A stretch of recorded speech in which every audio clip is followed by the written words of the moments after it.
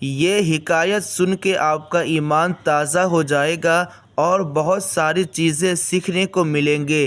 ایک مرتبہ اللہ تعالیٰ نے حضرت موسیٰ علیہ السلام کو بتایا کہ اے موسیٰ، میں نے 7واں دوزخ حاویہ بنایا۔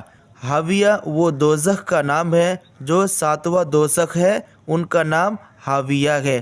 یہ سب سے زیادہ خوفناک اور اس کی آگ نہایت سیاہ اور تیز ہے، یعنی یہ سب سے زیادہ خوفناک ہے۔ جو حاویہ ہے یہ دوزخ سب سے زیادہ خوفناک ہے اور اس کی آگ نہایت سیاہ یعنی کالی آگ اور تیز ہے۔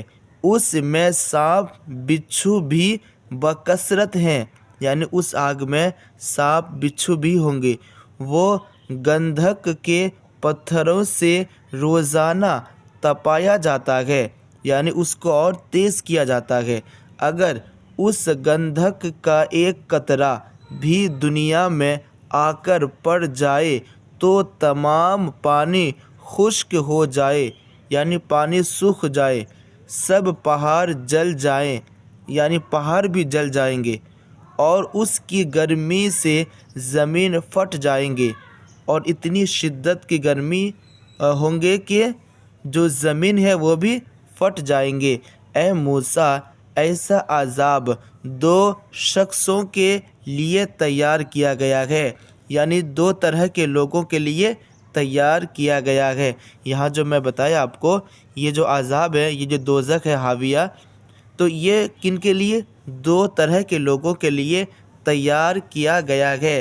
ایک وہ جو نماز نہیں ادا کرتا، یعنی جو نماز نہیں پڑھتا ہے، جو نماز نہیں ادا کرتا ہے، ان لوگوں کو اس میں جانا پڑے گا جو حاویہ ہے، ان کے لیے اللہ تعالیٰ نے تیار فرمایا۔ اور دوسرے وہ جو جھوٹی قسم کھاتا ہے، یعنی جو جھوٹی قسم کھائے، ان کو بھی اسی میں حاویہ دوزخ میں ڈالا جائے گا، اور جو بے نمازی ہے ان کو بھی اسی میں ڈالا جائے گا۔ اس حکایت سے ہمیں یہ سیکھنے کو ملا کہ اگر کوئی نماز نہیں پڑھتا ہے تو ان کو کس طرح کا عذاب دیا جائے گا، اور جو جھوٹی قسم کھاتا ہے ان کو بھی حاویہ نام سے جو دوزخ اللہ تعالیٰ نے بنا رکھا ہے اس میں ان کو ڈالا جائے گا، جس میں کثرت سے سانپ بچھو بھی ہوں گے اور جن کی آگ سیاہ کالی اور تیز ہوگی۔